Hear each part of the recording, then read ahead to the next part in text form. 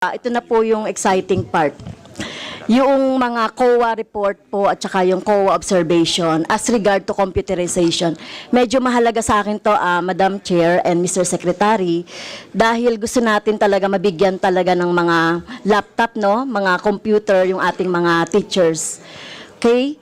So according to the observation of COA, Madam Chair, report to, page 229, DepEd CAR 2023, nakalagay po diyan yung observation ng COA regarding doon sa computerization program ng 2023. Medyo mahabang banggitin, kulang na po ako sa time. Can the DepEd please update us on the status of its various computerization programs?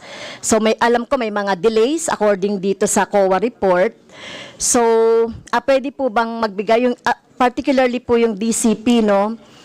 Nakalagay dito letter A ay a delay, non-delivery, and inefficiency of 3PL services provider, delivery to regions not included in the allocation list, DCP packages were not stored. Nandiyan po yan sa page 229, DepEd CAR 2023.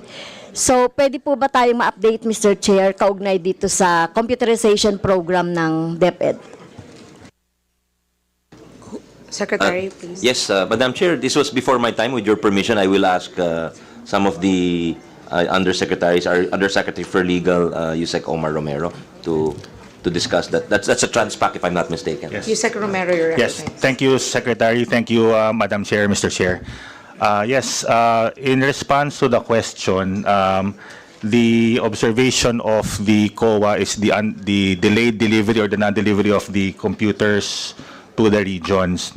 And we are happy to update, Mr. Chair, Madam Chair, that earlier this year, the Department of Education, as directed by our operations strand, directed our regional offices and our schools district offices to pull out all the goods procured and which remained in the warehouses of the third-party logistics supplier, yung Transpac po.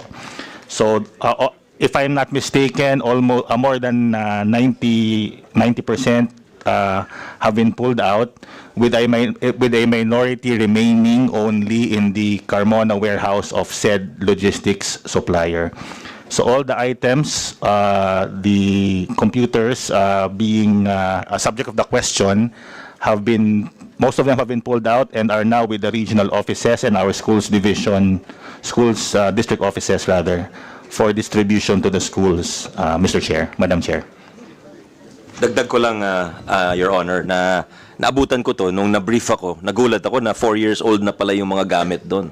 Since 2020 pa po yung mga kagamitan doon. So, we contacted the Air Force and others to help us remove. But and in addition to what Yusek Romero said, there are over 1.5 million items still in Carmona and other warehouses.